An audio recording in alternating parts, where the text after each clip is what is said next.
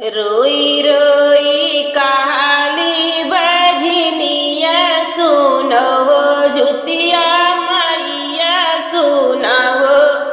जुतिया मैया हो मैया कवना बरत हम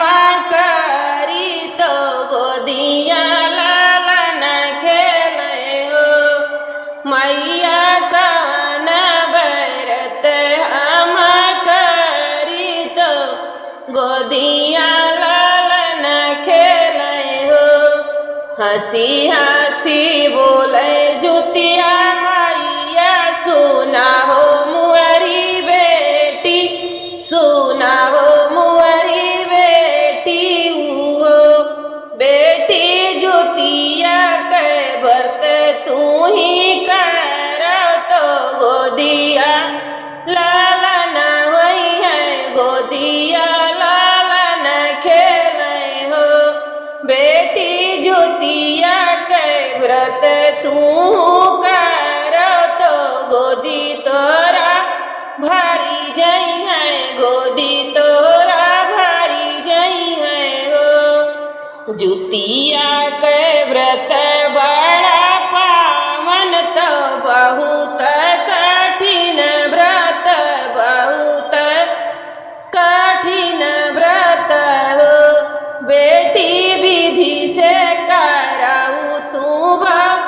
ओ बेटी विधि से करऊ तू पूजन वालन तोरे हई है तो गोदी तोरा खेली हई हो बेटी विधि से तू करबू पूजन वालन तोरे हई है गोदिया तोरे खेली हई हो निर्जल रहू निराहार तो जुतिया के व्रत करियू जुतिया के व्रत की हो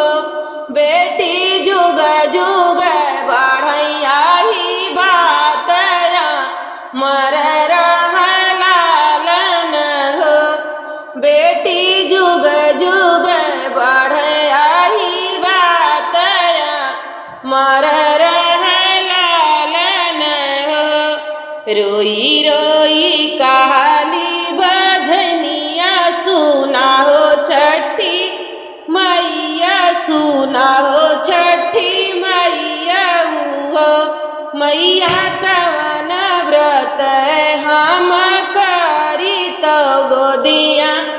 लालन खेलई गोदिया बालक खेलई हो मैया कवन कवन व्रत करी तो गोदिया लालन खेलई गोदिया हो।